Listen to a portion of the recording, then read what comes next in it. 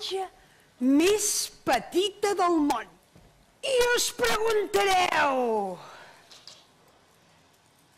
per què és la granja més petita del món?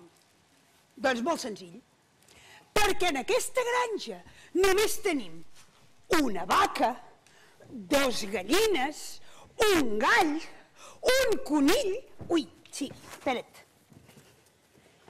una masiaire, no patiu, ella només canta, no parla, i una masovera.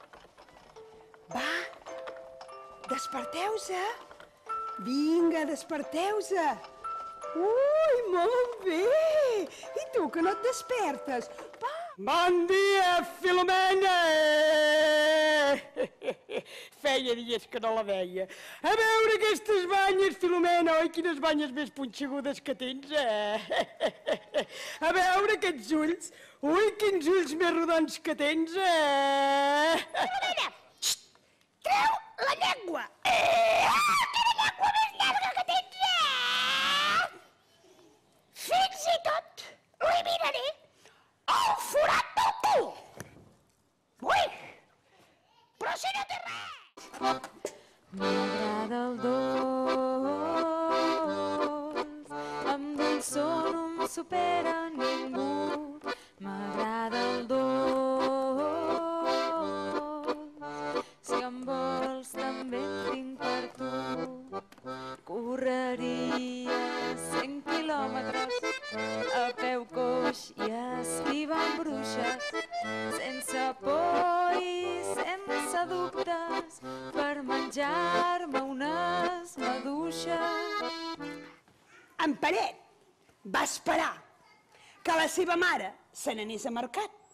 I llavors va esperar que la Tobeta i la Flongeta se n'anessin a buscar mores per fer un pastís. I quan ja no els va veure, va arrencar a córrer direcció a l'hort del senyor Tomàs. Quan va arribar a l'hort, allà hi havia un forat que ell passava just i se'n va anar directe a menjar pastanagues.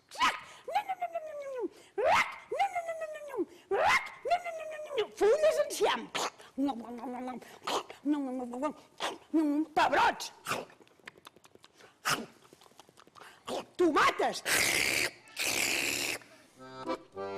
Pots viure en una furgoneta viatjant arreu del món o veure amb ulls ulls de poeta caure una estela en un segon. Pots fer-te un batut atrevit amb el suc de 10.000 llimones o sortir de casa de nit amb un vestit ple de corones.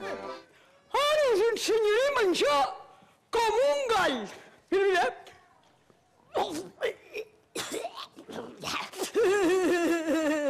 ara caminaré com un gall.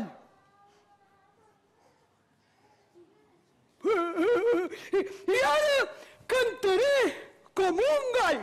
Mira.